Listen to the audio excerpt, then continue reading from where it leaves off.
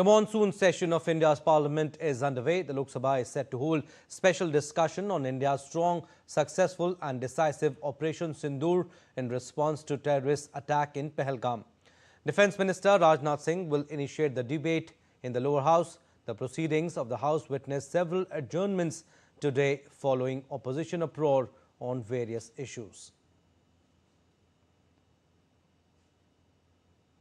Talking about Operation Sindoor, on May 7, Indian Armed Forces launched Operation Sindoor, hitting terrorist infrastructure in Pakistan and Pakistan-occupied Jammu and Kashmir, from where terrorist attacks against India was planned and directed. Altogether, 9 sites were targeted in a focused, measured and non-escalatory action. The operation was in response to the barbaric terrorist attack on April 22, 2025 in Pahalgam, Jammu and Kashmir, which claimed 26 innocent lives.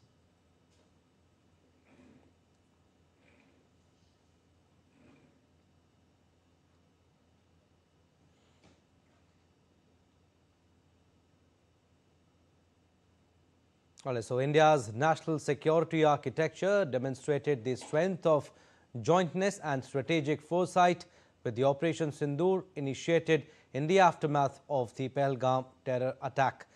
So India demonstrated strength of jointness and strategic foresight, showcased calibrated tri-services response, and like we said, 9 major terror camps were targeted in the operation.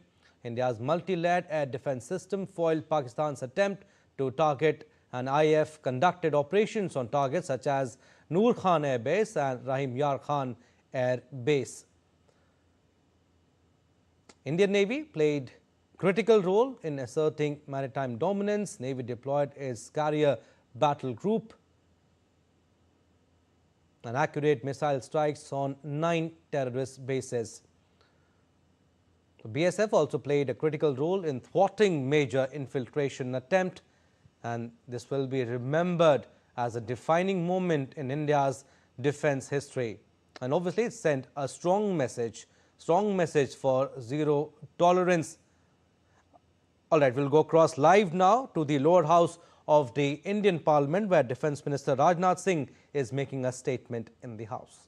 के सभी दलों के मैंने जितने भी हमारे सम्मानित सदस्य हैं उनके प्रति आभार व्यक्त करना चाहता हूं कि ऑपरेशन सिंदूर की जो शानदार कामयाबी हासिल हुई है उस पर चर्चा करने के लिए आज सदन पूरी तरह से तैयार है। अध्यक्ष महोदय, सबसे पहले मैं इस सदन के माध्यम से मैं देश के उन वीर सपूतों को, उन बहादुर सैनिकों को नमन करता हूं जिन्होंने की राष्ट्र की सीमाओं की रक्षा के लिए जब भी आवश्यकता पड़ी है अपना बलिदान देने में वह पीछे नहीं रहे हैं। आज भी वह तैयार हैं और आज भी वह तत्पर हैं। साथ ही मैं उन सैनिकों की स्मृति को भी अध्यक्ष महोदय नमन करता हूं जिन्होंने की भारत की एकता और अखंडता सुनिश्चित करने के लिए अपना सर्वस्व बलिदान कर दिया। मैं पूरे देश की तरफ से सेनाओं के सभी जवानों के प्रति कृतज्ञता व्यक्त करता हूं। अध्यक्ष महोदय, आज मैं आपकी अनुमति से ऑपरेशन सिंदूर से जुड़े कुछ महत्वपूर्ण तथ्यों और विषयों को सदन के समक्ष रखने के लिए यहां खड़ा हूं। अध्यक्ष महोदय, 6 और 7 मई 2025 को भारतीय सेनाओं ने ऑपरेशन सिंदूर के नाम से एक ऐतिहासिक सैन्य कार्रवाई को अंजाम दिया। यह केवल एक सैन्य कार्रवाई नहीं थी, बल्कि यह भारत की संप्रभुता, उसकी अस्मिता, देश के नागरिकों के प्रति हमारी जिम्मेदारी और आतंकवाद के खिलाफ हमारी नीति का एक इफेक्टिव और डिसाइसिव डेमोन्स्ट्रेशन था। अध्यक्ष महोदय, जैसा इस सदन को जानकारी है, 22 अप्रैल 2025 को जम्मू कश्मीर के पहलगाम क्षेत्र में एक अमानवीय और कायराना आतंकी हमला हुआ। इस हमले में हमारे 25 निर्दोष नागरिकों सहित एक नेपाली नागरिक की भी जान गई थी। उन निर्दोष लोगों की जान उनका धर्म पूछ कर लिया गया। यह अपने आप में अमानवीयता का सबसे कुत्सित और सबसे घृणित उदाहरण था।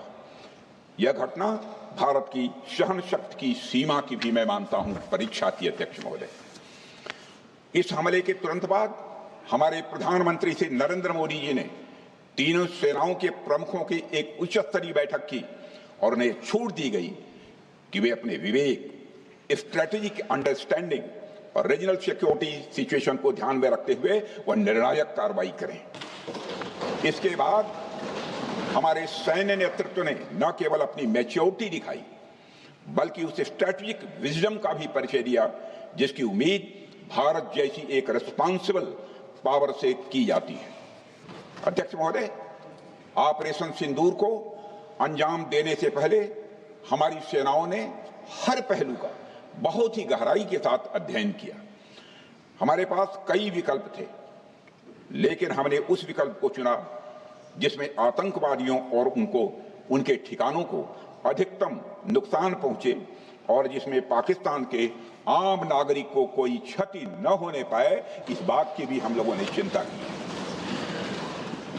अध्यक्ष महोदय, हमारी सेनाओं द्वारा की गई वेल कोऑर्डिनेटेड स्ट्राइक्स ने 9 टेररिस्ट इंफ्रास्ट्रक्चर टारगेट्स को प्रिसीजन के साथ, सटीकता के साथ हिट किया और इस सैन्य कार्रवाई में एक अनुमान के अनुसार 100 से अधिक आतंकवादी, मैं बहुत संभल कर बोल रहा हूं अध्यक्ष महोदय, हमारी फिगर गलत ना होने पाए, फिगर इससे बहुत अधिक है। 100 से अधिक आतंकवादी, उनके ट्रेनर, उनके प्रशिक्षक, उनके हैंडलर, लश्कर-ए तोयबा और हिजबुल मुजाहिदीन जैसे आतंकवादी संगठनों से संबंधित थे। ये वही आतंकी संगठन हैं जिन्होंने पाकिस्तान की सेना और ISI का जिन्हें खुला समर्थन प्राप्त है। अध्यक्ष महोदय, 7 मई 2025 को रात्रि 1:05 भारतीय सशस्त्र बलों ने ऑपरेशन सिंदूर प्रारंभ किया, जिसमें पाकिस्तान और पाक ऑक्युपाइड कश्मीर में भारत के खिलाफ आतंकी गतिविधियों से जुड़े 9 स्थानों को निशाना बनाया गया। इसमें POK के मुजफ्फराबाद में सवाई नाला और सैयदना बिलाल कैंप, कोटली में मस्जिद अब्बास व मसबर रहील शाहिद कैंप, कोटली में गुलपुर कैंप, भिम्बर में बरनाला कैंप, कोटली में अब्बास कैंप और पाकिस्तान के पंजाब प्रांत में बहावलपुर, मुहिदके और सरजाल और मेहमुना जोया शामिल थे। इनमें से 7 आतंकी शिविरों को भारतीय सेना ने पूरी तरह से नष्ट कर दिया, जबकि भारतीय वायुसेना ने मुरीदके और बहावलपुर को नेस्त नाबूद किया, जो लश्कर-ए तोयबा और जैशे मोहम्मद के केंद्र हैं। पूरा ऑपरेशन मात्र, अध्यक्ष महोदय, जानकर पूरे सदन को प्रसन्नता होगी कि विदिन 22 मिनट्स पूरा ऑपरेशन समाप्त हो गया और हमने आतंकवादियों को उनके घर में घुसकर मारा। सशस्त्र बलों ने हमारी माताओं और बहनों के सिंदूर का बदला लिया और प्रत्येक भारतीय इस भावना से ओत-प्रोत हो गया। अध्यक्ष महोदय, मैं चाहूंगा कि पूरा सदन एक बार हमारे सेना के बहादुर जवानों के शौर्य और पराक्रम का। अध्यक्ष महोदय, यह सिंदूर की लाली शौर्य की कहानी है। यह सिंदूर की लाली शौर्य की कहानी है, भारत के मस्तक पर वीरता की निशानी है।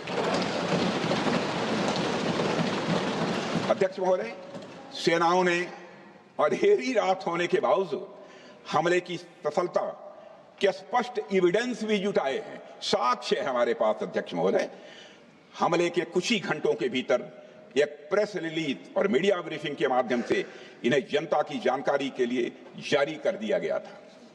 मुझे यह पुष्टि करते हुए गौरव की अनुभूति हो रही है कि सशस्त्र बल अपने सभी मिशन ऑब्जेक्टिव्स को पूरा करने में पूरी तरह से सक्षम रहे और साथ ही कामयाब रहे।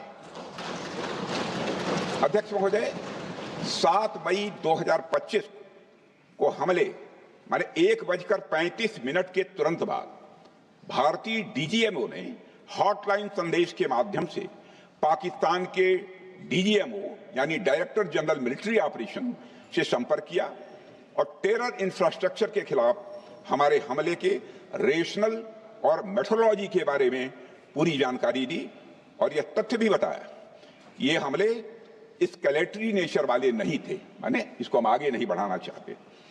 जिन मोहि मारा तीन मोहि मारे अध्यक्षों। जिस प्रकार प्रभु हनुमान ने लंका में अपनी रणनीति बनाई थी उसी प्रकार हमने भी उन्हीं को निशाना बनाया जिन्होंने हमें नुकसान पहुंचाया था। हालांकि पाकिस्तान ने इस रेशनल को समझने से इनकार कर दिया और अगले कुछ दिनों तक सिविलियन और सैन्य ठिकानों पर गोलीबारी करके बड़े पैमाने पर सीज फायर वायलेशन करके स्थिति को एस्केलेट करने की उसने कोशिश की।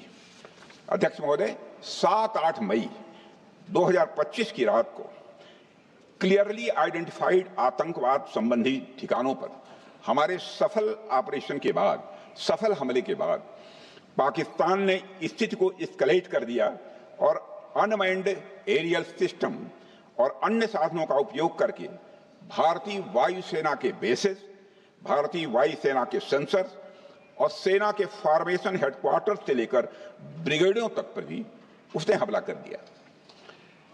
हालांकि हमारी इंटीग्रेटेड एयर डिफेंस ग्रिड और काउंटर यूएस ग्रिड ने इन हमलों को सफलतापूर्वक विफल कर दिया। अध्यक्ष महोदय, यस 400 यमारसैन आकाश मिसाइल सिस्टम और एयर डिफेंस गन्स बहुत प्रभावी साबित हुई हैं। अध्यक्ष महोदय, इस एस्केलेशन पर हमारा जवाबी हमला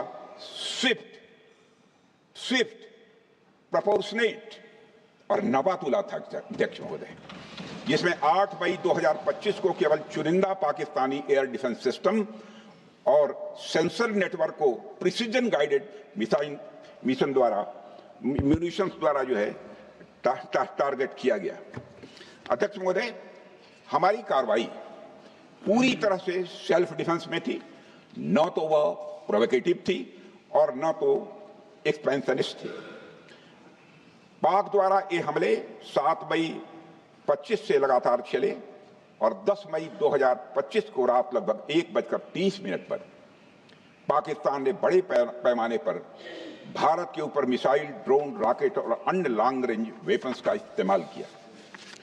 इसके साथ साथ उन्होंने इलेक्ट्रॉनिक वॉरफेयर से जुड़ी टेक्नोलॉजीज का भी सहारा लिया। अध्यक्ष महोदय, उनके निशाने पर हमारे भारतीय वायुसेना के अड्डे, थल सेना के एम्यूनिशन डिपोज, हवाई अड्डे और मिलिट्री कैंट थे।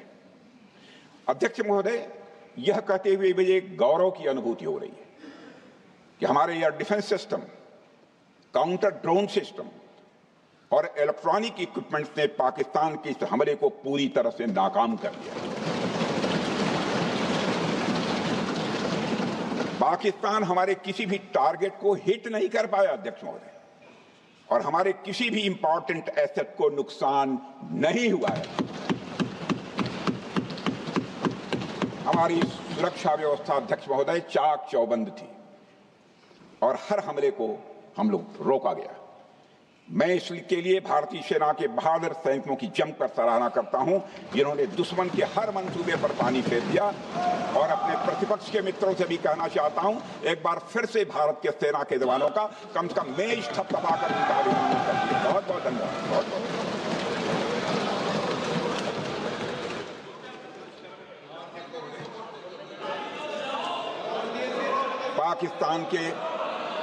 पाकिस्तान के इस हमले के जवाब में हमारी कार्रवाई साहसिक थी, ठोस थी और प्रभावी थी। भारतीय वायुसेना ने वेस्टर्न फ्रंट पर पाकिस्तान के हवाई अड्डों, command and control systems, military infrastructures और एयर डिफेंस सिस्टम को निशाना बनाया और इस मिशन को हमारी सेनाओं ने सफलतापूर्वक अंजाम देने में कामयाबी हासिल की। अध्यक्ष महोदय, हमारी सेनाओं ने चकलाला, सरगोधा, रफीकी, रहीम यार खान, जैकबाबाद, सुक्कुर और भोलारी जैसे बड़े एयरबेस पर प्रहार किया और पूरी दुनिया ने भारतीय वायुसेना के शौर्य और पराक्रम की तस्वीर देखी।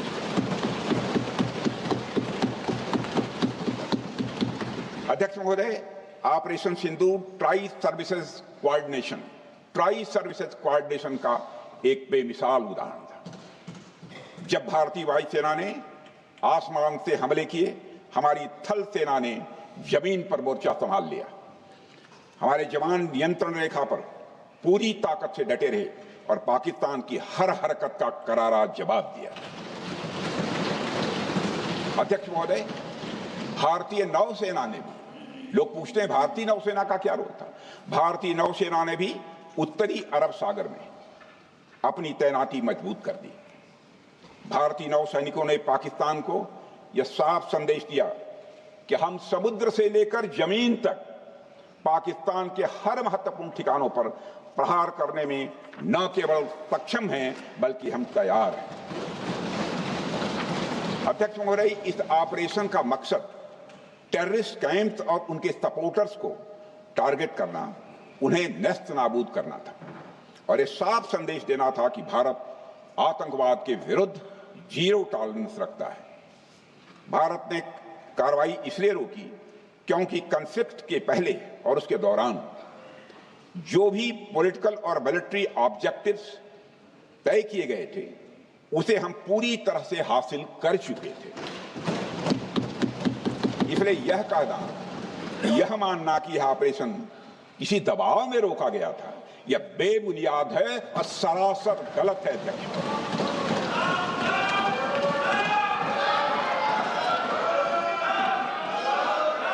मैं सदन को फिर से आश्वस्त करना चाहता हूं, आपने राजनीतिक जीवन में अध्यक्ष महोदय, मैं आपके माध्यम से सदन को आश्वस्त करना चाहता हूं, अपने राजनीतिक जीवन में जानबूझकर कभी भी असत्य न बोलूं, इसकी भरपूर कोशिश की है मैंने, चाहे सदन हो अथवा सदन के बाहर।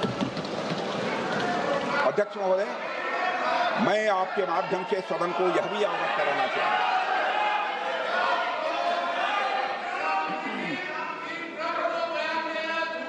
प्लीज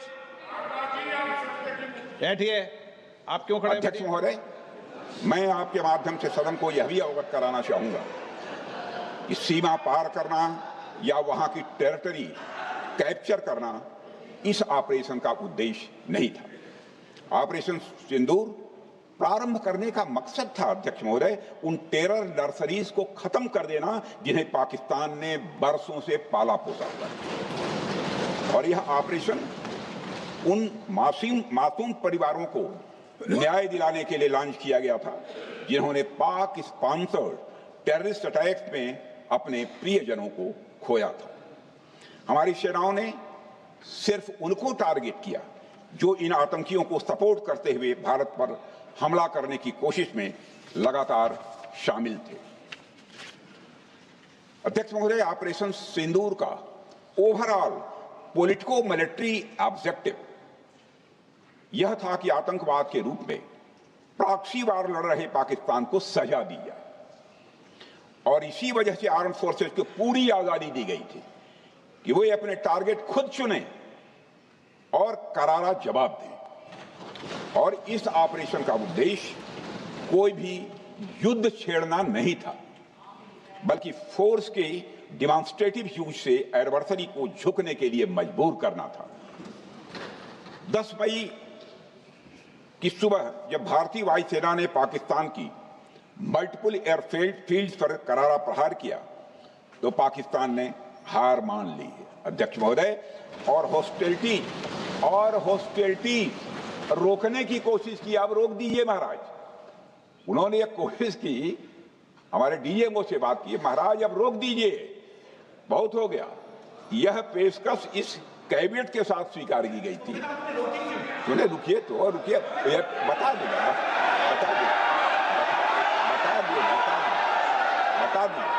अब बैठ तो आपको मौका मिलेगा। यह क्यों रुका, इसका पहले ही मैं पूरी तरह से वर्णन कर चुका है अध्यक्ष महोदय। मैं नेता प्रतिपक्ष को बहुत सम्मान के साथ कहना चाहता हूं कि कृपया एक बार मेरा पूरा भाषण पूछ लें। आपको प्रश्न पूछने की पूरी आजादी है, आप पूछ सकते हैं, मैं उसका उत्तर दूंगा। अध्यक्ष महोदय, 10 मई की सुबह जब भारतीय वायुसेना ने पाकिस्तान की मल्टीपल एयरफील्ड्स पर करारा प्रहार किया तो पाकिस्तान ने हार मानी और हॉस्टिलिटी रोकने की उन्होंने पेशकश की। यह पेशकश इस कैविएट के साथ स्वीकार की गई हम लोगों के द्वारा कि यह ऑपरेशन केवल पाज किया गया है, स्थगित किया गया है, यह ऑपरेशन समाप्त नहीं हुआ है। अध्यक्ष महोदय, अगर पाकिस्तान की ओर से भविष्य में कोई भी मिस एडवेंचर हुआ तो यह ऑपरेशन, अध्यक्ष महोदय, मैं सदन को आश्वस्त करना चाहता हूं, दोबारा प्रारंभ हो।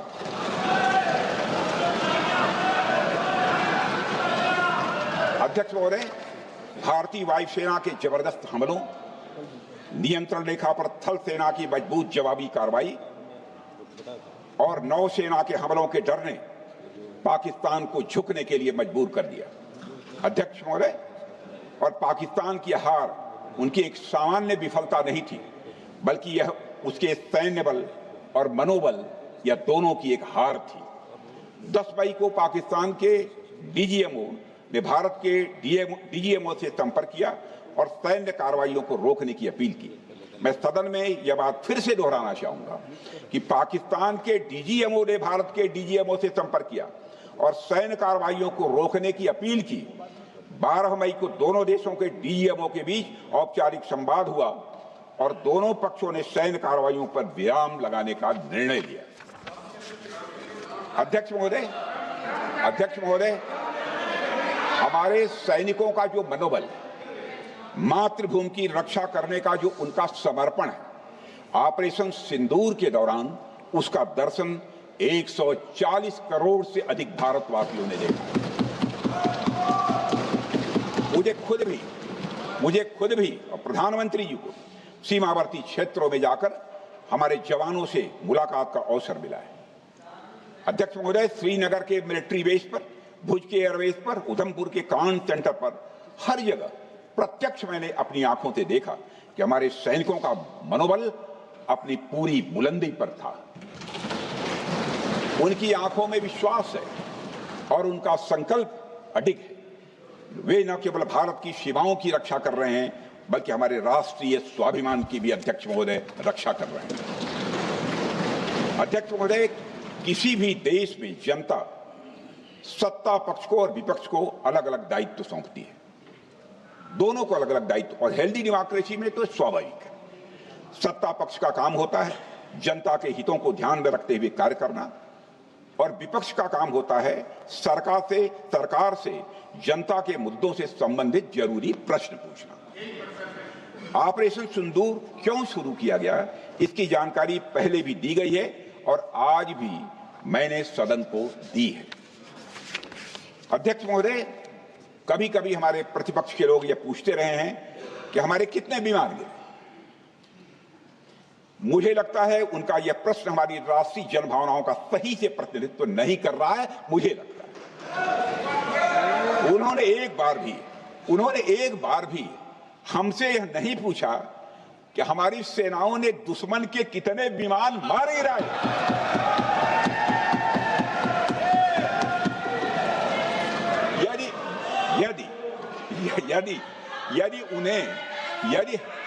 यदि उन्हें प्रश्न पूछना ही है अध्यक्ष महोदय, तो उनका प्रश्न यह होना चाहिए, क्या भारत ने आतंकवादी ठिकानों को तबाह किया? तो उसका उत्तर है हाँ।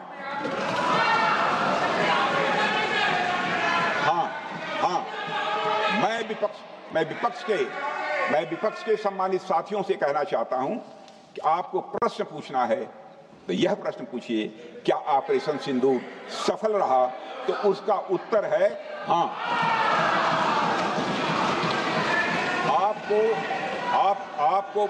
आपको प्रश्न पूछना है तो यह प्रश्न पूछिए कि जिन आतंकियों ने हमारी बहनों, हमारी बेटियों का सिंदूर मिटाया, क्या हमारी सेनाओं ने ऑपरेशन सिंदूर में उन आतंकियों के आकाओं को मिटाया? तो इसका उत्तर है हाँ। और आपको प्रश्न पूछना है तो यह पूछिए कि इस ऑपरेशन में क्या हमारे जाबाज सैनिकों को कोई क्षति हुई है, तो उसका उत्तर है नहीं। अध्यक्ष महोदय, लक्ष्य जब बड़े हो, अध्यक्ष महोदय, लक्ष्य जब बड़े हो तो अपेक्षाकृत छोटे मुद्दों पर हमारा ध्यान नहीं जाना चाहिए। लक्ष्य बड़े हों तो छोटे मुद्दों पर, अपेक्षाकृत जो छोटे मुद्दे होते हैं कंपैरेटिवली, उन पर ध्यान नहीं जाना चाहिए, क्योंकि छोटे मुद्दों पर ही ध्यान देते रहने से देश की सुरक्षा और सैनिकों के सम्मान और उत्साह जैसे बड़े मुद्दों से ध्यान हट सकता है, जैसा कि विपक्ष के हमारे कुछ साथियों के साथ हो रहा है। अब चूंकि विपक्ष के मित्र ऑपरेशन सिंदूर को लेकर उचित प्रश्न नहीं पूछ पा रहे हैं, तो उन्हें मैं क्या बताऊं अध्यक्ष महोदय। मैं लगभग 4 डिकेड से अधिक समय से राजनीति में, सत्ता पक्ष हो या विपक्ष हो, अपनी पार्टी हो या दूसरी पार्टी हो, कभी भी किसी के साथ दलगत राजनीति को मैंने शत्रुतापूर्ण तरीके से जिंदगी में नहीं देखा है मैंने, अध्यक्ष महोदय। इसलिए आज अगर विपक्ष प्रश्न पूछने में असफल है, मैं विपक्ष को उनके इस काम में थोड़ी सी मदद करना चाहता हूं। अध्यक्ष महोदय, मैं विपक्ष के अपने सम्मानित साथियों से ये कहना चाहता हूं कि यदि आज हम लोग सत्ता पक्ष में हैं, तो ऐसा नहीं है कि हम हमेशा सत्ता पक्ष में ही रहेंगे। यह आवश्यक नहीं है, किसी के लिए आवश्यक नहीं। एक लंबा समय हमने विपक्ष का काम किया है, एक लंबा समय हमने सरकारों से सवाल पूछने में लगाया है। जनता ने जब हमें विपक्ष में रहने का दायित्व सौंपा था, तो हमने विपक्ष में रहकर विपक्ष की भूमिका को बड़े ही सकारात्मक तरीके से निभाया भी। अध्यक्ष महोदय, विपक्ष में रहकर हमने कैसे प्रश्न पूछे, इसके कुछ उदाहरण मैं यहां रखना चाहता हूं। 1962 में अध्यक्ष महोदय, चीन के साथ हुए युद्ध में जब दुखद परिणाम आया, तो हमने उस समय की सरकार से यह पूछे थे, लेकिन वह प्रश्न यह था कि हमारे देश की धरती पर दूसरे देश का कब्जा कैसे हुआ। हमने यह प्रश्न पूछा था कि हमारी सेना और हमारी जनता अपमानित क्यों हुई। हमने यह प्रश्न पूछा था कि बड़ी संख्या में हमारे सैनिक हताहत कैसे हुए। हमने यह प्रश्न नहीं पूछा कि हमारे टैंक, हमारी मशीनें, हमारी बंदूकें क्यों ध्वस्त हो गई। यह प्रश्न हम लोगों ने नहीं पूछा। मशीनों और तोपों की चिंता न करके, मशीनों और तोपों की चिंता न करके अध्यक्ष महोदय, हमने देश की टेरिटरी की चिंता की, हमने देश के सैनिकों की। इसी तरह 71 के युद्ध में, 71 के युद्ध में जब हमने पाकिस्तान को सबक सिखाया, मैं उस समय की सरकार को मैं बधाई देना चाहता हूं।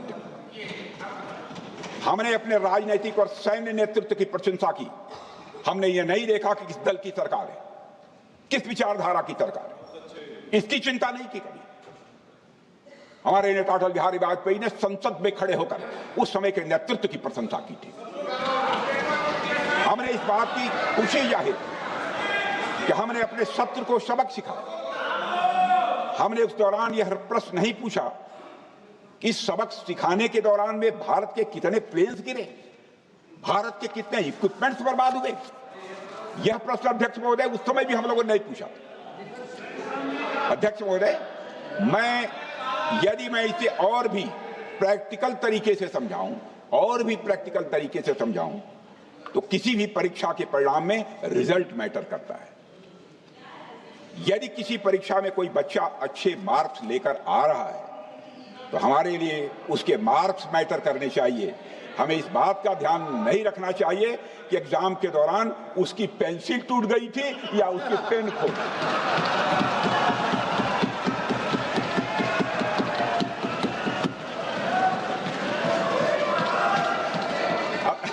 अध्यक्ष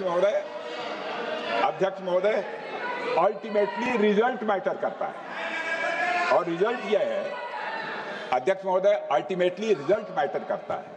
और रिजल्ट यह है अध्यक्ष महोदय कि ऑपरेशन सिंदूर के दौरान हमारी सेनाओं ने जो लक्ष्य निर्धारित किया था, उन लक्ष्यों को पूर्ण रूप से प्राप्त करने में हमने कामयाबी हासिल की। अध्यक्ष महोदय, भारत हमेशा से पाकिस्तान सहित अपने पड़ोसी देशों से मित्रता और सौहार्द सहयोगपूर्ण संबंध का सदैव इच्छुक रहा है। इसके लिए भारत की सभी सरकारों ने ईमानदारी से प्रयास भी किए हैं। वह चाहे आदरणीय लाल बहादुर शास्त्री जी हों, या अटल बिहारी वाजपेयी जी हों, या हमारे स्वर्गीय मनमोहन सिंह जी हों, या प्रधानमंत्री श्री नरेंद्र मोदी जी, सभी ने हमेशा चाहा है कि इस इलाके में शांति और समृद्धि बनी रहे। सभी ने यह चाहा। अध्यक्ष महोदय, यह बात हमारी सिविलाइजेशनल वैल्यूज के साथ मेल खाती है, इसलिए ऐसा हुआ। अध्यक्ष महोदय, पूरा विश्व जानता है कि पूर्व प्रधानमंत्री श्री अटल बिहारी वाजपेयी जी ने शांति का संदेश लेकर 1999 में लाहौर बस यात्रा की थी। वह सिर्फ एक यात्रा नहीं थी, वह यात्रा भारत की संस्कृति और शांति की प्रतीक थी। यह हमारे भारत की प्रकृति थी। लाहौर पहुंचकर श्री अटल बिहारी वाजपेयी जी ने मीनारे पाकिस्तान पर विजिटर्स रूप में जो लिखा था, जिसका जिक्र लोग आज भी करते हैं, और उन्होंने लिखा था, उसकी मैं चर्चा करता हूं। उन्होंने लिखा था कि मीनारे पाकिस्तान से मैं पाकिस्तान की जनता को यह विश्वास दिलाना चाहता हूं कि भारत अस्थायी शांति और मित्रता का आकांक्षी है। मैंने पहले भी कहा है और फिर भी कहता हूं, एक स्थिर और समृद्ध पाकिस्तान भारत के हित में है, इसमें कोई संदेह नहीं होना चाहिए। अध्यक्ष महोदय, यह हमारी सोच थी, यह हमारी शांति की पहल थी।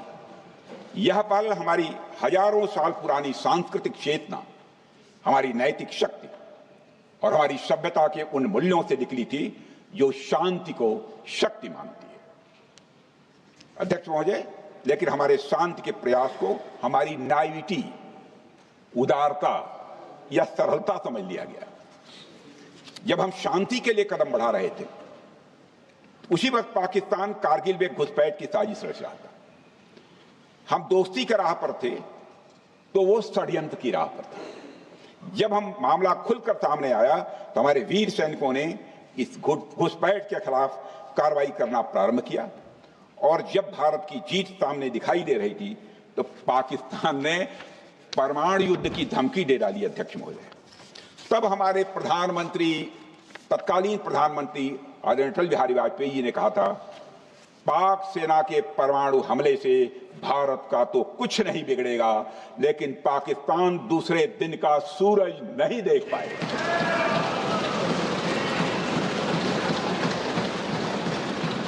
यानी अटल जी जो शांति का पैगाम लेकर गए, वही अटल जी शक्ति का भी परिचय देने में तनिक भी नहीं हिचके। यही है भारत। अध्यक्ष महोदय, यह सामर्थ्य का उद्घोष था। यह एक स्पष्ट संदेश था कि भारत शांति चाहता है, लेकिन अगर कोई हमारी संप्रभुता को चुनौती देगा तो उसका जवाब भी उतनी ही दृढ़ता से दिया जाएगा। अध्यक्ष महोदय, 2015 में जब हमारे प्रधानमंत्री मोदी जी ने लाहौर जाकर नवाज शरीफ से मुलाकात की तो भारत ने फिर से दोस्ती का हाथ बढ़ाया। अध्यक्ष महोदय, हम वाकई में शांति की राह पर चलना चाहते थे, क्योंकि हमारी मूल प्रकृति बुद्ध की है, युद्ध की नहीं है। हमारी सरकार ने भी पाकिस्तान के साथ शांति स्थापित करने के अनेक प्रयत्न किए हैं, लेकिन बाद में हमने 2016 में सर्जिकल स्ट्राइक से, 2019 में बालाकोट में एयर स्ट्राइक से और 2025 के ऑपरेशन सिंदूर से हमने शांति स्थापित करने का दूसरा रास्ता अपनाया है। अध्यक्ष महोदय, अब हमारे प्रधानमंत्री श्री नरेंद्र मोदी जी और हमारी सरकार का स्टैंड बिल्कुल क्लियर है कि टेररिज्म और टॉक्स ये दोनों साथ नहीं चल सकते,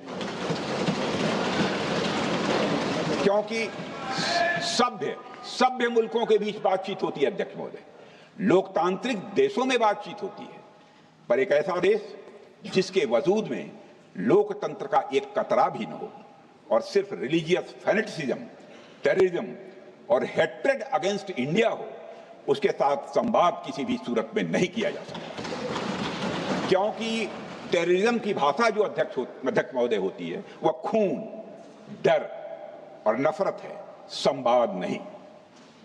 गोलियों की आवाज में संवाद की आवाज दब जाती है। जहां खून बहता है वहां बातचीत की गुंजाइश, अध्यक्ष महोदय, नहीं बचती।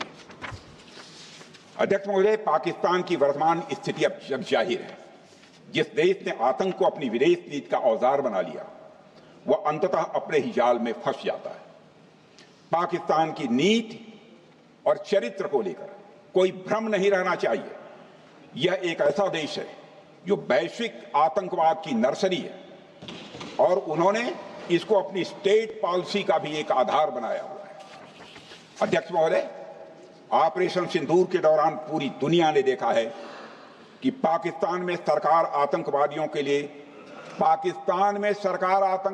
के लिए स्टेट फ्यूनरल का इंतजाम कर रही है और सैन्य अधिकारी भी आतंकवादियों के जनाजे में भाग लेते हैं। यह वही देश है जो सीमा पर सैनिकों से लड़ने का साहस नहीं जुटा पाता, इसलिए निर्दोष नागरिकों, बच्चों और तीर्थ यात्रियों को आतंकवाद का निशाना बनाता है। पाकिस्तान की सेना और आईएसआई आतंकवाद को एक प्रॉक्सी वार के रूप में अध्यक्ष महोदय इस्तेमाल करती हैं और उसके सहारे वे भारत को डिस्टेबलाइज करने का सपना देखती हैं। अध्यक्ष महोदय, मैं लोकतंत्र के मंदिर में खड़े होकर यह बात कह रहा हूं कि भारत को 1000 कट्स देने का सपना पालने वालों को नींद से जग जाना चाहिए। यह मोदी जी के नेतृत्व वाला नया भारत है जो आतंकवाद के खिलाफ किसी हद तक जा सकता है।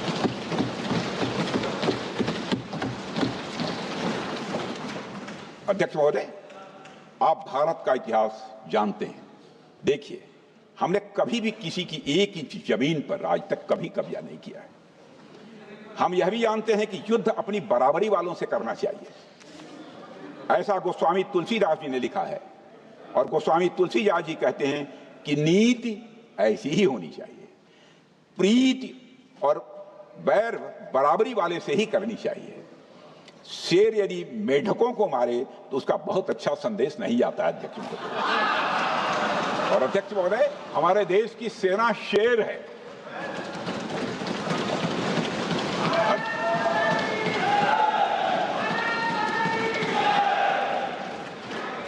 अध्यक्ष महोदय, पाकिस्तान जैसा देश जो साइज, सामर्थ्य, शक्ति और समृद्धि में हमारे आसपास भी नहीं है, उस मुल्क से कैसा मुकाबला?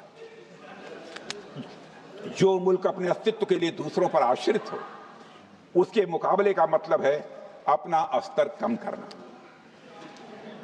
हमारी नीति है आतंकवाद के खिलाफ प्रभावी कार्रवाई करना। हमारा पाकिस्तान विरोध उनकी आतंकवाद की नीति के कारण है, इसलिए पाकिस्तान का हमारा विरोध है। अध्यक्ष महोदय, हम अगर शांति की आशा के लिए हाथ बढ़ाना जानते हैं तो अशांति फैलाने वाले हाथों को उखाड़ना भी जानते हैं। अध्यक्ष महोदय, अगर शांति के प्रयास करना हम जानते हैं तो दुष्टों को जो भाषा समझ में आए उसी भाषा में समझाना भी जानते हैं। सठे साक्ष्यम समाचरित, अर्थात दुष्ट के साथ दुष्टता का ही व्यवहार करना पड़ता है कभी कभी। अध्यक्ष महोदय, हमने भगवान कृष्ण से सीखा है कि शिशुपाल की 100 गलतियां माफ की जा सकती हैं, पर अंत में धर्म की रक्षा के लिए सुदर्शन चक्र उठाना ही पड़ता। हमने पार्लियामेंट का अटैक सहा है अध्यक्ष महोदय, 2008 का मुंबई अटैक सहा है, झेला है, लेकिन अब हमने कह दिया है इनफ इज इनफ। अब हमने सुदर्शन चक्र उठा लिया है अध्यक्ष महोदय। अध्यक्ष महोदय, हमारी प्रवृत्ति भगवान राम और भगवान कृष्ण से प्रेरित है, जो हमें शौर्य भी सिखाती है और धैर्य भी सिखाती है। इस सीख का अध्यक्ष महोदय, इस सीख का हम प्रधानमंत्री नरेंद्र मोदी जी के नेतृत्व में हमारी विदेश और अपनी रक्षा नीति में सीधा प्रयोग कर रहे हैं। आज भारत पहले दोस्ती का हाथ बढ़ाता है, लेकिन अगर कोई देश धोखा दे तो उसकी कलाई भी मरोड़ना जानता है। अध्यक्ष महोदय, हमारी नीति स्पष्ट है कि हमने एक समय लाहौर बस यात्रा की भाषा में बात की थी, तो पाकिस्तान ने हमारी उस भाषा को नहीं समझा, तो अब हम उन्हें बालाकोट स्ट्राइक की भाषा में जवाब देंगे। अध्यक्ष महोदय, भारत के लिए शांति हमारी प्रायोरिटी है, हमारी प्राथमिकता है और हमारी शक्ति उसका आधार है। भारत के लिए शांति प्राथमिकता है और हमारी शक्ति उसका आधार है। यह शक्ति हमारे सामर्थ्य से पैदा हुई है अध्यक्ष महोदय, और यह सामर्थ्य पिछले 11 साल में कई गुना बढ़ गया है। मैं ये नहीं कहता हूं पहले नहीं था, पहले था, लेकिन अब कई गुना बढ़ गया। आज भारत विश्व की चौथी सबसे बड़ी अर्थव्यवस्था है और अभी आई मॉर्गन स्टैनली के रिपोर्ट के मुताबिक 2028 तक विश्व की तीसरी सबसे बड़ी अर्थव्यवस्था बनने की ओर भारत चल रहा है।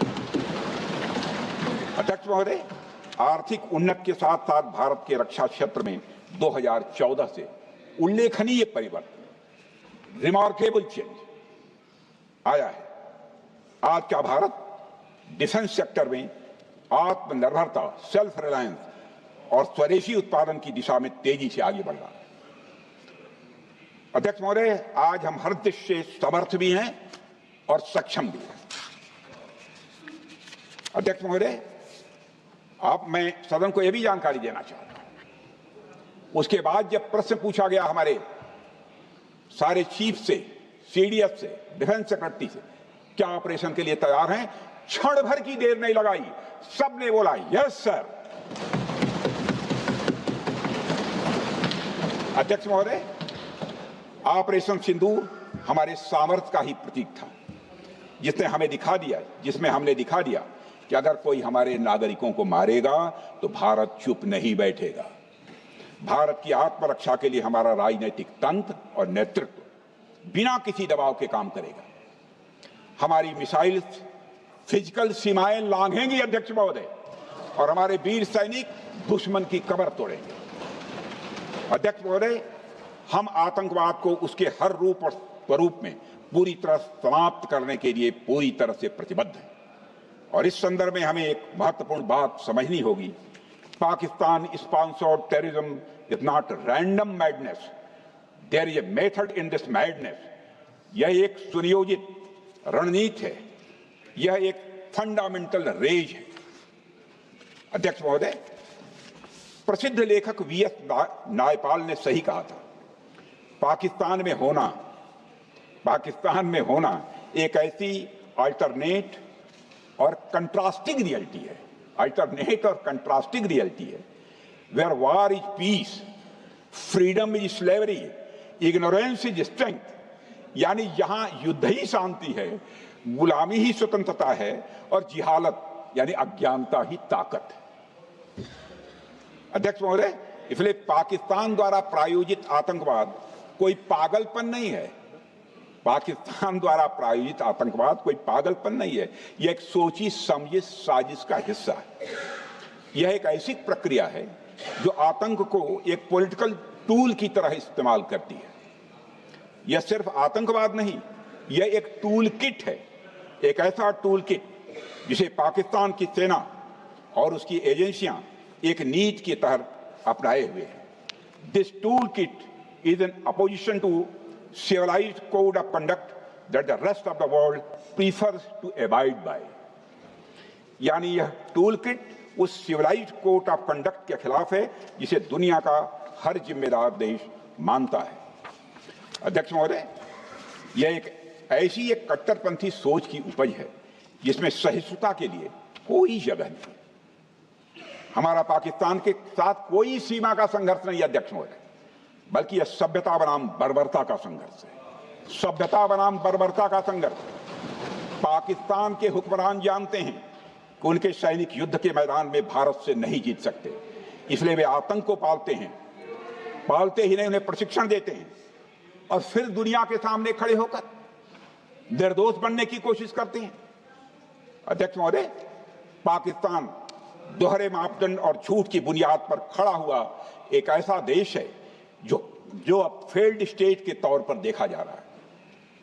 भारत ने ऑपरेशन सिंदूर के जरिए पूरी दुनिया को दिखा दिया है कि हम इस आतंकवाद के गंदे खेल को जड़ से समाप्त करने का संकल्प ले चुके हैं।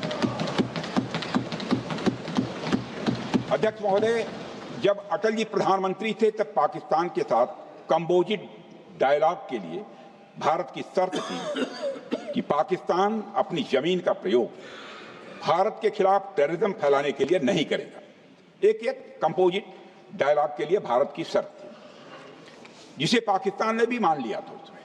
लेकिन दुर्भाग्य से 2009 में शर्म एल शेख में तत्कालीन सरकार ने एक बड़ी भूल की, जब कंपोजिट डायलॉग प्रोसेस से पाकिस्तान प्रायोजित आतंकवाद को डीलिंक कर दिया गया। यानी बातचीत जारी रखने के लिए पाकिस्तान द्वारा अपनी जमीन को आतंकवाद के लिए प्रयोग न करने की शर्त को ही डाइल्यूट कर दिया गया। मैं मानता हूं यह भारत की स्ट्रेटेजिक पोजीशनिंग को कमजोर करने वाला एक कदम था।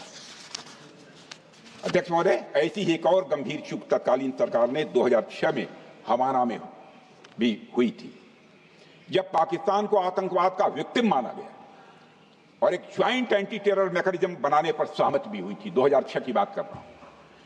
अध्यक्ष महोदय, यह सोचने वाली बात है कि जो देश आतंक को पैदा करता है, उसे पालता है, उस देश को ही आतंक से पीड़ित मान लेना कितना बड़ा स्ट्रेटेजिक ब्लंडर है। अध्यक्ष महोदय, आतंकवाद के खिलाफ हमारी लड़ाई अब केवल सीमा पर नहीं है, बल्कि वैचारिक मोर्चों पर भी लड़ी जा रही है।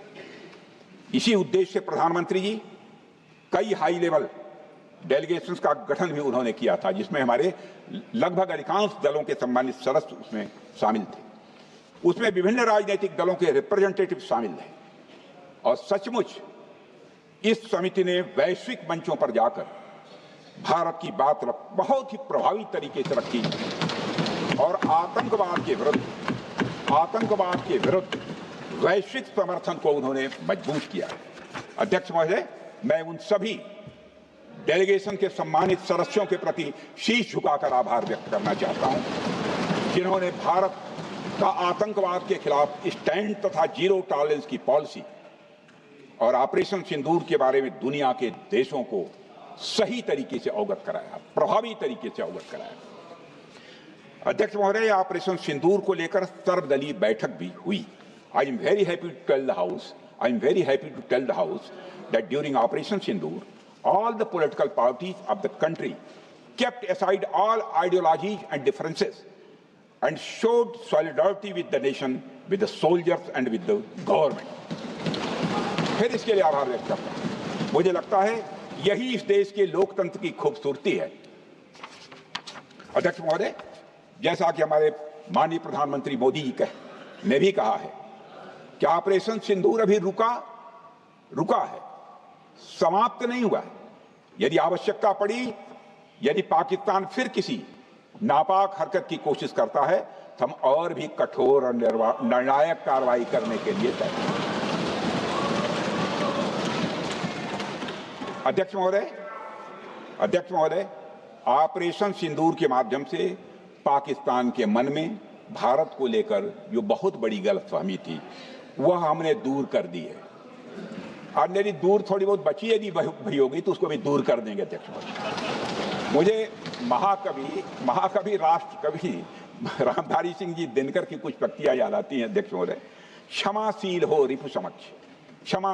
रिपु समक्ष, तुम हुए विनत जितना ही, दुष्ट कौरवों ने तुमको कायर समझा उतना ही।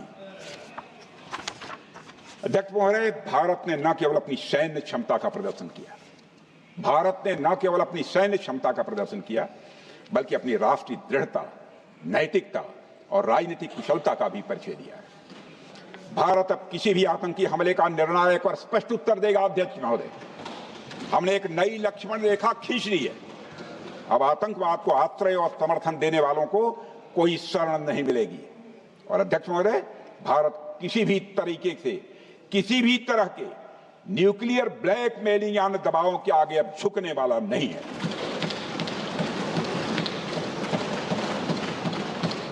अध्यक्ष महोदय, ऑपरेशन सिंदूर के माध्यम से जो हमने किया और उससे पहले सर्जिकल स्ट्राइक और एयर स्ट्राइक के जरिए जो संदेश दिया गया, वह बहुत पहले ही हो जाना चाहिए, लेकिन जो होता है समय पर ही होता है। अध्यक्ष महोदय, हमारी सरकार ने आतंकवाद के खिलाफ हमारी जीरो टॉलरेंस की नीति को दुनिया के हर मंच पर पूरी तरह से स्पष्ट कर दिया है और हम उस पर कोई समझौता किसी भी सूरत में नहीं करने वाले हैं। अभी कुछ सप्ताह पहले मुझे शंघाई कोऑपरेशन ऑर्गेनाइजेशन की डिफेंस मिनिस्टर्स मीटिंग में जाने का अवसर मिला था। वहां जो डिक्लेरेशन तैयार किया जा रहा था उसमें आतंकवाद पर भारत का स्टैंड डाइल्यूट हो रहा था। हमने साफ कह दिया कि जब तक आतंकवाद के मुद्दे पर भारत का स्टैंड रखा नहीं जाएगा, हम किसी ज्वाइंट स्टेटमेंट पर साइन नहीं करेंगे और इसकी वजह से वहां कोई ज्वाइंट स्टेटमेंट नहीं आए। अध्यक्ष महोदय, इसका परिणाम क्या? अब देखिए, हमारे प्रधानमंत्री जी ब्रिक्स की बैठक में ब्राजील गए, करिश्मा किया है हमारे प्रधानमंत्री। तो चीन की मौजूदगी में जो ज्वाइंट डिक्लेरेशन आया उसमें जम्मू व कश्मीर में हुए आतंकी हमले को कंडेम भी किया गया। यह प्रधानमंत्री ने करिश्मा करके दिखाया, यानी भारत की बात अंततः मानी गई। और यह ब्रिक्स सम्मेलन के इतिहास में पहली बार हुआ जब जम्मू एवं कश्मीर में हुए किसी आतंकी घटना को खुलकर कंडेम किया गया। मैं इस सदन को याद दिलाना चाहता हूं, 2008 में मुंबई में इतनी बड़ी आतंकी घटना हुई, मगर उस समय की सरकार को जो प्रभावी कार्रवाई करनी चाहिए थी वो नहीं हो पाई। लेकिन उसमें सबसे दुखद और आश्चर्य की बात है, कई वर्ल्ड फोरम, इंटरनेशनल फोरम पर जो उसका कंडेमनेशन होना चाहिए, जो उसकी निंदा की जानी चाहिए, वह भी जितना होना चाहिए नहीं हो पाया। अध्यक्ष, यदि आप उस घटना के बाद हुए ब्रिक्स सम्मेलन के डॉक्यूमेंट्स उठाकर देख लीजिए, मुंबई आतंकी हमले का कहीं जिक्र भी नहीं है। और अध्यक्ष महोदय, जब केंद्र में प्रधानमंत्री मोदी जी के नेतृत्व में सरकार बनी, तब जाकर कहीं के हालात कुछ बदलने शुरू हुए और साल 2017 में हुए ब्रिक्स सम्मेलन में पहली बार 2017 में हुए ब्रिक्स सम्मेलन में पहली बार आतंकवाद से लश्कर और जैश जैसे आतंकवादी संगठनों को जोड़ा गया। यह भी अपने में करिश्माई काम था। यह परिस्थिति इसलिए बनी क्योंकि इसके ठीक एक साल पहले उरी की घटना के भारत की सेनाओं ने सीमा पर जाकर सर्जिकल स्ट्राइक की थी। हमने दुनिया को बताया कि आतंकवाद के खिलाफ हम सरहद के इस पार भी मारेंगे और जरूरत पड़ी तो आतंकियों के घर में घुसकर भी मारेंगे। यह बदलाव प्रधानमंत्री मोदी जी के नेतृत्व में आया। अध्यक्ष महोदय, यह वही नीति है जो पहले की सरकारों को भी अपनानी चाहिए थी। उन सरकारों को जिनके शासनकाल में भारत ने सबसे भीषण आतंकी हमलों का सामना किया, जिनमें 2008 का मुंबई हमला आज भी हर हिंदुस्तानी के जहन में बैठा हुआ है, जिंदा है, एक न भूलने वाली त्रासदी के रूप में जिंदा है। अध्यक्ष महोदय, मैं श्री प्रणब मुखर्जी जी ने अपनी किताब द कोलिशन ईयर्स में लिखा है, मेरे पास है भी, कोलिशन ईयर्स में लिखा है, जब मुंबई अटैक हुआ था, प्रणोदा ने लिखा है, जब मुंबई अटैक हुआ था, India had evidence that the terrorist came from Karachi port. Pakistan के नॉन स्टेट एक्टर्स के बहाने पूरी दुनिया में को पूरी दुनिया में कोई मान नहीं रहा था। उन्होंने लिखा है, प्रणोदा ने, and I quote, amid heated debates within the cabinet, there was a demand for military intervention which I rejected. यह उन्होंने लिखा, मैंने नहीं लिखा, अनकोट। अध्यक्ष महोदय, भारतीय विदेश सेवा के एक वरिष्ठ अधिकारी ने भी अपनी किताब में इस बात की पुष्टि की है, जिनका नाम है अजय बिसारिया, और वो शायद फॉरेन सेक्रेटरी थे, कि मुंबई हमले के तुरंत बाद एक उच्च स्तरीय बैठक हुई थी जिसमें तत्कालीन विदेश मंत्री प्रणोदा ने पूछा, व्हाट शुड बी डन। तो विदेश सचिव शिवशंकर मेनन जी ने सुझाव दिया कि भारत मोरदके में लश्कर-ए-तोयबा के मुख्यालय पर क्रूज मिसाइल से हमला कर सकता है। यह सुनकर प्रणोदा ने चश्मा उतारकर साफ किया और सभी अधिकारियों को धन्यवाद देकर बैठक समाप्त कर दी। अध्यक्ष महोदय, उस समय की सरकार ने जो सही समझा वो किया, पर मैं मानता हूं कि अगर तब की सरकार ने भी 2016 सर्जिकल स्ट्राइक, 2019 एयर स्ट्राइक जैसे निर्णायक और कठोर कदम उठाए होते तो पाकिस्तान की स्ट्रेटेजिक कैलकुलस बदल सकती थी। एक पावरफुल और डिसाइसिव एक्शन पाकिस्तान और उनकी सेना के द्वारा इस 500 टेररिस्ट ऑर्गेनाइजेशंस के लिए बड़ा डिसइंसेंटिव साबित हो सकती है। अध्यक्ष महोदय, 2008 में मुंबई हमलों के बाद उस समय की सरकार ने सिर्फ बातचीत का मार्ग चुना था। मैं स्पष्ट करना चाहता हूं, यह कोई आलोचना नहीं है अध्यक्ष महोदय, न उस सरकार की, न उस समय के प्रधानमंत्री की, और न ही उन नेताओं की। उस समय की लीडरशिप को जो सही लगा उन्होंने वह निर्णय लिया। अध्यक्ष महोदय, बस मैं इतना ही कहना चाहता हूं कि आज का भारत अलग सोचता है और अलग तरीके से काम करता है। हमारा मानना है यह आपका प्रतिद्वंदी आतंक को रणनीति बना चुका हो और बातचीत की भाषा नहीं समझता हो तो standing firm and being decisive के अलावा कोई विकल्प नहीं बचता है।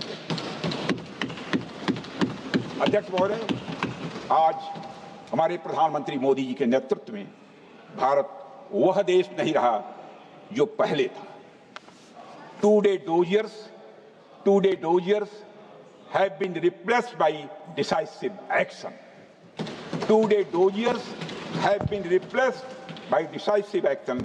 आज भारत सहता नहीं है, भारत जवाब देता है। अध्यक्ष महोदय, आज भारत आतंक की जड़ तक जाता है और उसे उखाड़ फेंकने का सामर्थ्य रखता है।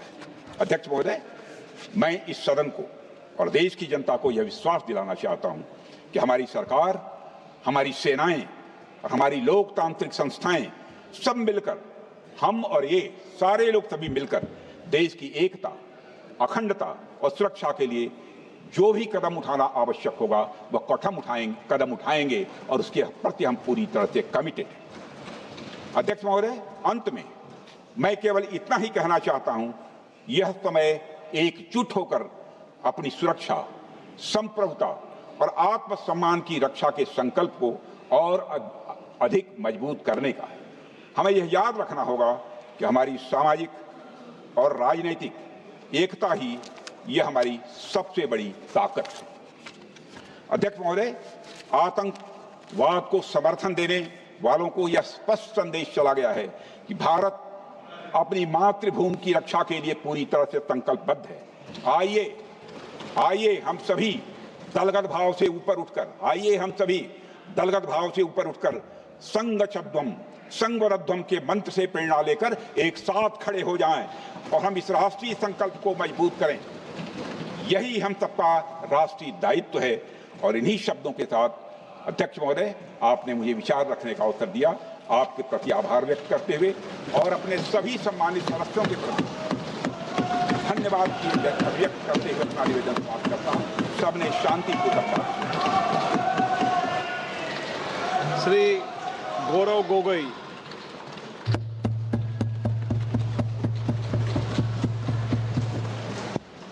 धन्यवाद अध्यक्ष महोदय। आज हम इस विशेष चर्चा में भाग लेने के लिए खड़े हुए हैं और ये चर्चा इसलिए हो रही है क्योंकि हाल में ही जो युद्ध हुआ वो एक सूचना का युद्ध था। एक प्रकार से हम पड़ोसी देश और दुनिया भर को सच्चाई की सूचना देना चाहते थे और कुछ ऐसे ताकत थे, ऐसे शक्तियां थी जो भ्रम का सूचना सारे देश में, सारे दुनिया में फैला रहे थे। और इसीलिए इस चर्चा का विशेष मांग ये है कि आज सच्चाई सदन में आनी चाहिए, सच्चाई पहलगाम की आनी चाहिए, सच्चाई ऑपरेशन सिंदूर की आनी चाहिए, सच्चाई विदेश नीति की आनी चाहिए। और यही आज हमने सूचना का जो युद्ध की बात हम कर रहे हैं वो आज हमने आदरणीय राजनाथ सिंह के भाषण में सुना। बहुत से सूचनाएं दी उन्होंने, बहुत से जानकारी दी, लेकिन रक्षा मंत्री होने के नाते ये नहीं कहा कि पहलगाम में दहशतगर्द कैसे आए, ये नहीं कहा कि बेसारन में जहां पर 1000 लोग जाते हैं, खुशियां मनाते हैं, कैसे 5 दहशतगर्द वहां पर जाकर 26 लोगों की गोलियों से छलनी करते हैं। ये सूचना रक्षा मंत्री ने नहीं दी। यही है। All right, so discussion continues on Operation Sindoor in the lower house, but we'll give you gist of what Defence Minister Rajnath Singh said. It was a long speech by him, spoke for close to an hour. He said India gave a measured response to the civilian attack in Pahalgam in the form of Operation Sindoor. Post the attack, a meeting was held under the leadership of Prime Minister Modi. Before Operation Sindoor, a lot of brainstorming was done by our military forces. The well-coordinated strike with precision killed more than 100 terrorists and their trainers who belong to Lashkar-e-Taiba and Hizbul Mujahideen. Altogether, 9 sites, he said, were targeted in a focused, measured and non-escalatory action. He also spoke about how India deterred Pakistani aggression and firmly enforced India's zero-tolerance policy towards terrorism. Indian Air Force bypassed and jammed Pakistan's air defense systems, completing the mission in just 23 minutes using Rafale jets, Scalp missiles and Hammer bombs, demonstrating India's technological edge. And in the aftermath of Operation Sindoor, Pakistan initiated a series of retaliatory drone and UCAV attacks targeting key Indian air bases and logistics infrastructure. But these attempts, however, were effectively neutralized by India's comprehensive and multi-layered air defense infrastructure or architecture. On 10th May, he said Pakistan accepted the defeat and offered to end the hostilities. Pakistan's DGMO talked to India's DGMO, and both India and Pakistan then decided to put a stop to the military action. He also said and warned that if there is a misadventure from Pakistan's side in future, then Operation Sindoor will start again. It will continue. So strong response by India to Pakistan, and India's response to the Pahalgam attack stood firmly on legal and moral grounds. Operation's objective was not to launch a war, but a big message is that India stands firmly against terrorism. India's zero-tolerance policy against terrorism stands firm, and Operation Sindoor brought justice to victims' families. Results matter, he said, and Indian forces achieved the target that they had set. So India's stand is clear. Terrorism and talks cannot go hand in hand, cannot go together. And lambasting Pakistan, he said, our country's army is like a lion, and also said how India has been progressing economically. India is the 4th largest economy in the world. Reality, war is peace and ignorance is strength. So Pakistan's sponsored terrorism is part of a deliberate conspiracy. We do not have any border conflict with Pakistan, Defence Minister Rajnath Singh said, and this is a conflict between civilization and barbarism. Pakistan is being seen as a failed nation. Also said that all the political parties of the nation were together and showed solidarity. Also warned that if Pakistan doesn't stop, strong and stricter actions will be taken further. And in the end, he said that this is New India under the leadership of Prime Minister Narendra Modi.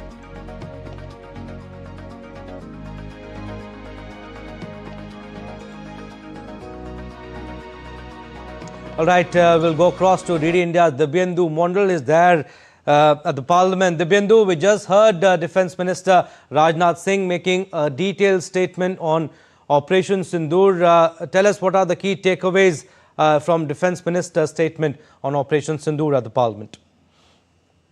Well, Abhishek, we just heard an hour-long statement from the Defence Minister Rajnath Singh, who was speaking on the floor of the lower house, which is the Lok Sabha.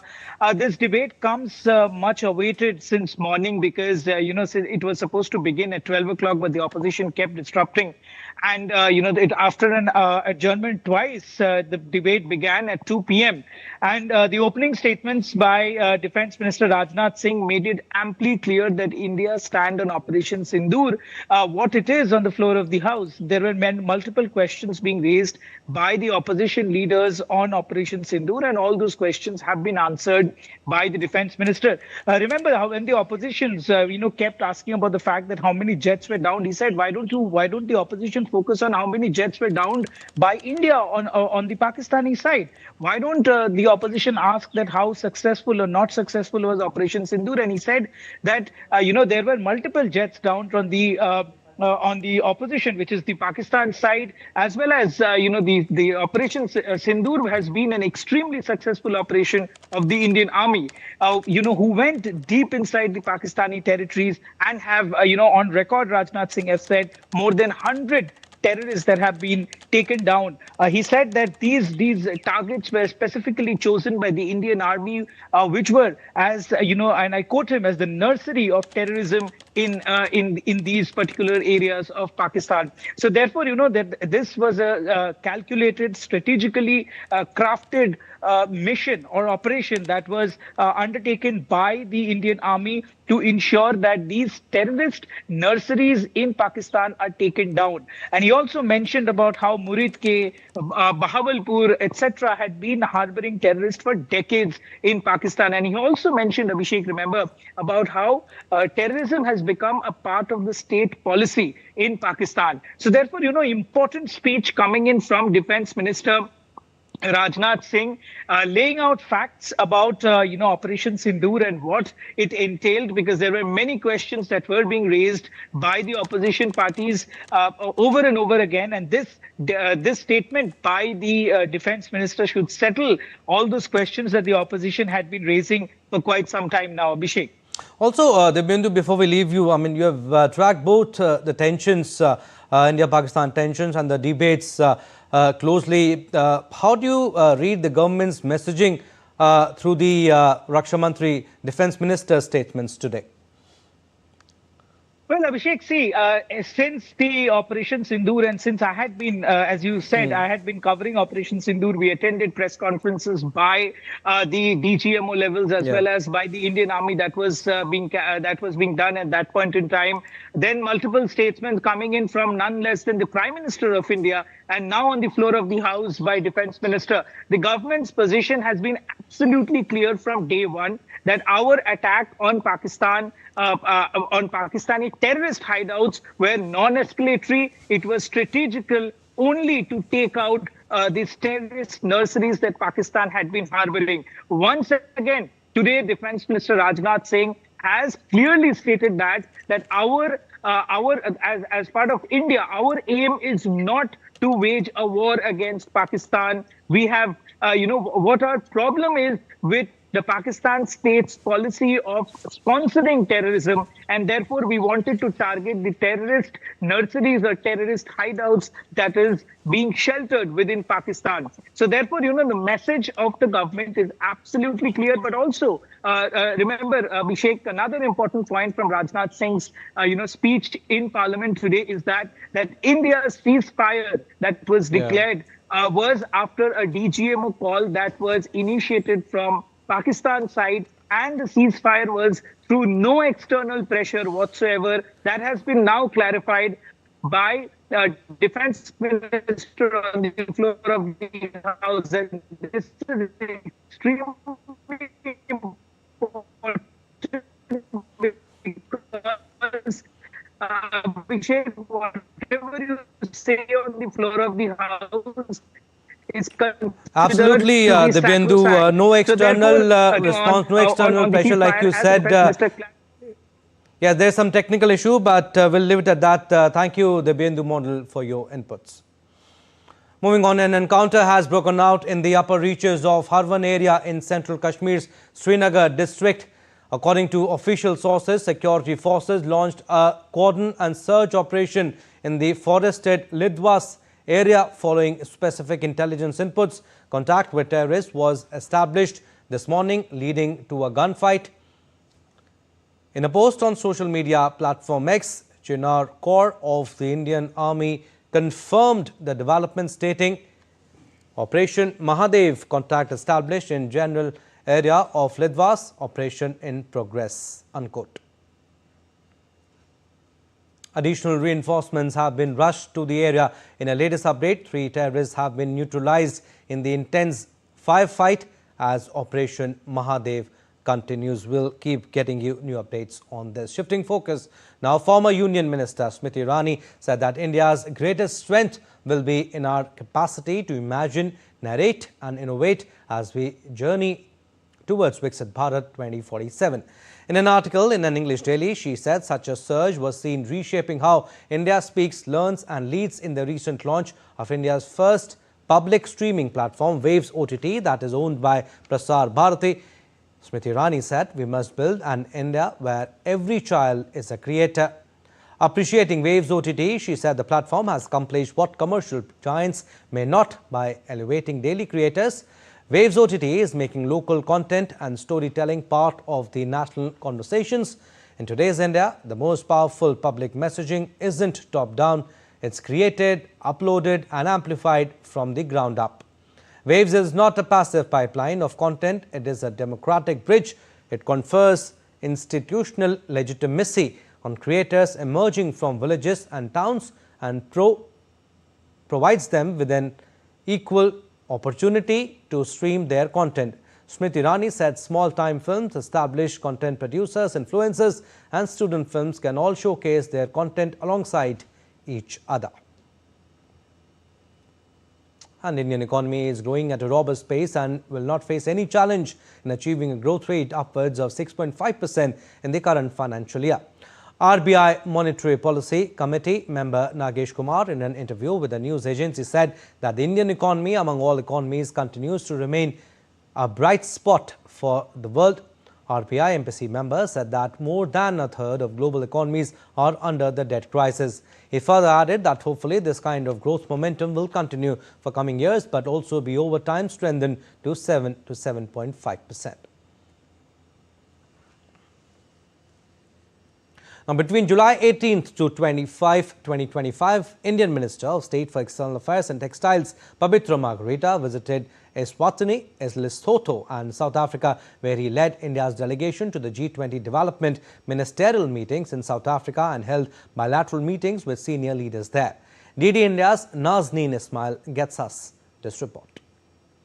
We welcome Minister of State for External Affairs and Textiles, Shri Pabitra Margarita, who attended the G20 Development Ministers meeting in South Africa and is present for a community interaction at the Consulate General of India in Johannesburg. I bring heartfelt greetings and best wishes from our Prime Minister and 1.4 billion Indian people to you. Our Prime Minister always says that you are, yes, of course, you are Prabhasi Bharatiya, but he always considers you, he always reiterates that you are Rashtradoot. You are the true ambassador of India.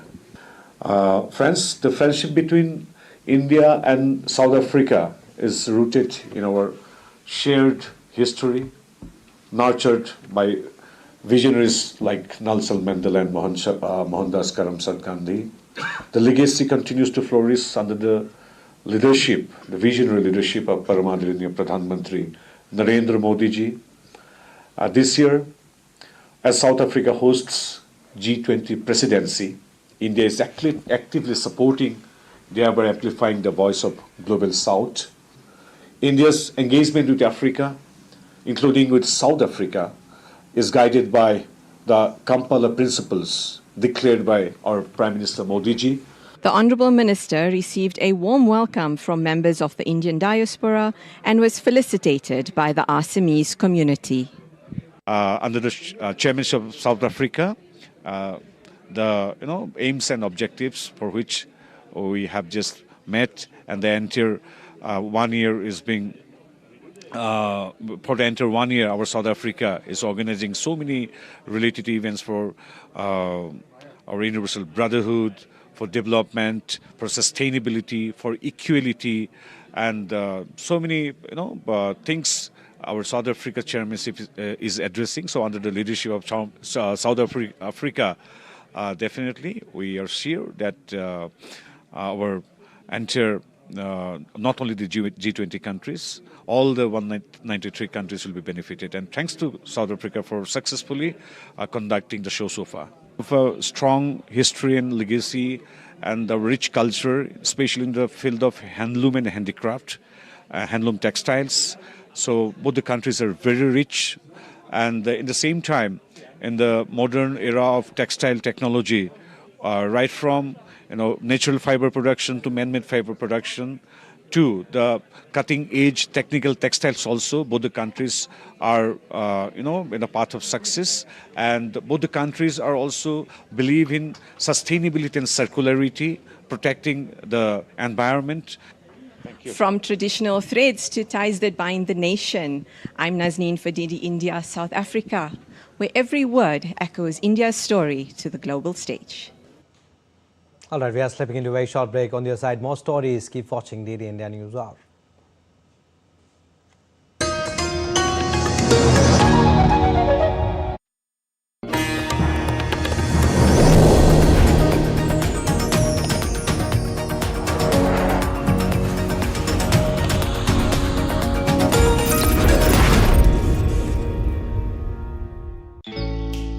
Jharkhand will mesmerize you with majestic nature, rich heritage and colorful culture. Hello. Johar. It fits perfectly. Thank you. Full workout ho gaya. Ready?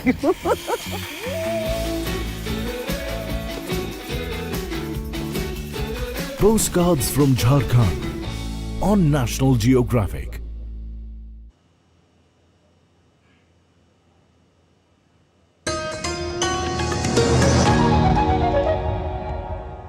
Welcome back. You're watching DD India News Hour. I'm Abhishek Mahajan. Some more stories. At least 6 people were killed when a gunman opened fire at a market in Thailand's capital Bangkok on Monday. The shocking incident occurred at a popular fresh food market, and after that, suspect took his own life. Thai police said in a statement that 5 people killed by the gunman were security guards at the market. No tourists were killed or injured in the shooting incident. The motive for the shooting remains unknown. Authorities have launched an investigation into the incident. And in other news, Thailand and Cambodia's leaders opened peace talks on Monday in Malaysia. The leaders of Cambodia and Thailand arrived at Malaysia's Seri Parzana complex for talks aimed at securing a ceasefire in their fierce border conflict.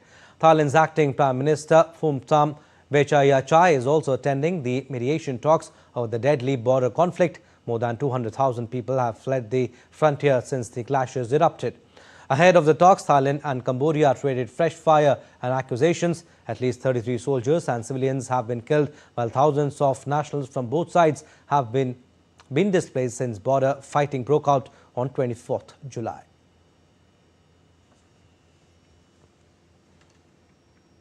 And in a dramatic turn in global trade relations, US President Donald Trump has clinched a major trade deal with the European Union, setting a 15% tariff on key European exports to America.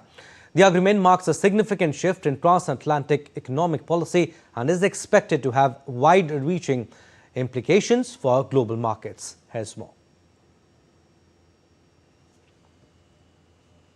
The United States and the European Union have reached a wide-ranging trade agreement, ending a months-long standoff between the two. The agreement reduces Trump's 30 to 50% tariff threats to 15%, with steel and aluminium retaining 50% with a quota system. Under the agreement, a limited range of goods, including plane parts, semiconductor equipment, certain chemicals and some agricultural products, will be fully exempt from tariffs. The deal came after a private meeting on Sunday between US President Donald Trump and European Commission President Ursula von der Leyen in Scotland. During the briefing, Trump also said his administration was close to reaching a trade deal with China, but gave no other details. Thank you very much. So we have good news. We've reached a deal. It's a good deal for everybody, I believe. And I think you were saying this is probably the biggest deal ever reached in any capacity, trade or beyond trade. It is. It's a giant deal with lots of countries.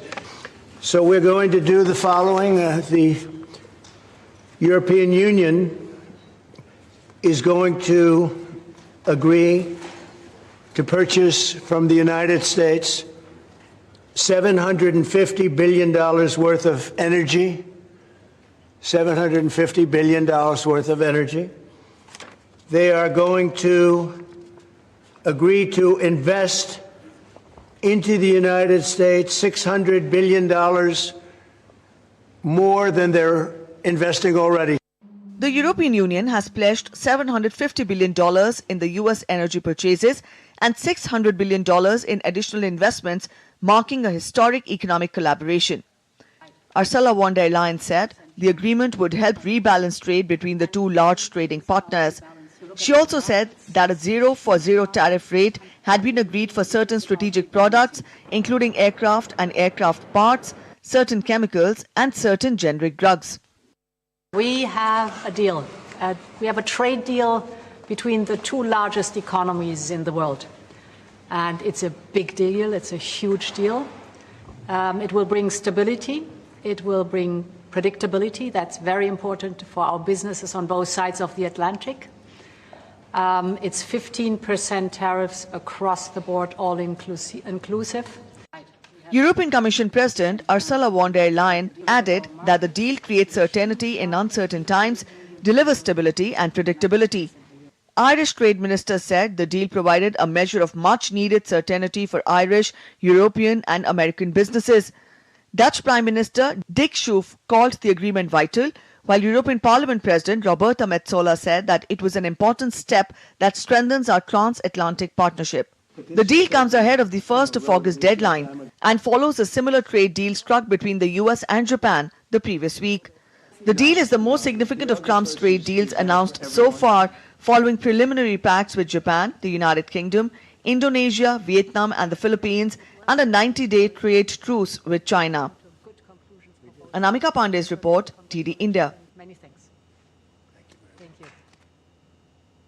And global stock markets rose along with stock markets in Europe and Asia rose on Monday after the EU and US finalized a deal to avert a trade war announced by Donald Trump and Ursula von der Leyen. The agreement set at Trump's Scotland Golf Resort imposes a 15% tariff on EU exports, including autos and semiconductors, with Brussels committing to $750 billion in US energy purchases and $600 billion in investments.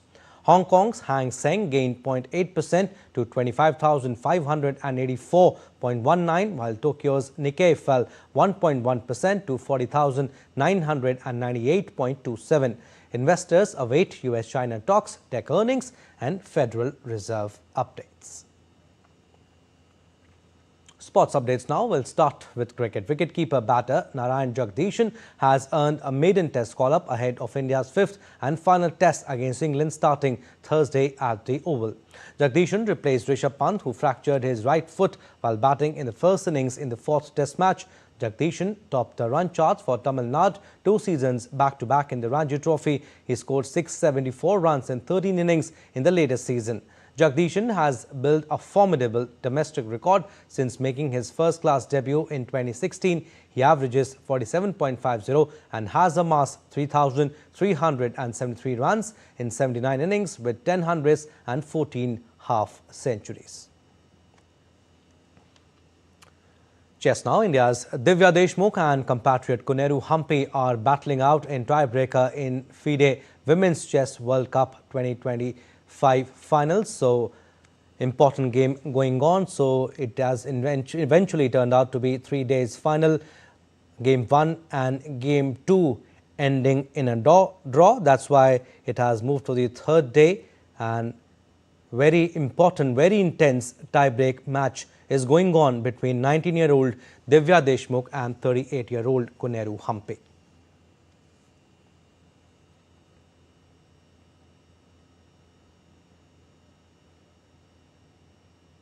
Alright, that's all we have in this edition of DD India News Hour, but do let us know your thoughts on the news of the day. For those on the go, you can get all the latest news and updates from India and across the world on DD India mobile app. The app is available on both Android and iOS platforms. Scan the QR code on the screen to download now. And we'll be back with more news as it breaks here on DD India. I'm Abhishek Mahajan. From all of us here in Delhi, thanks for watching DD India News Hour.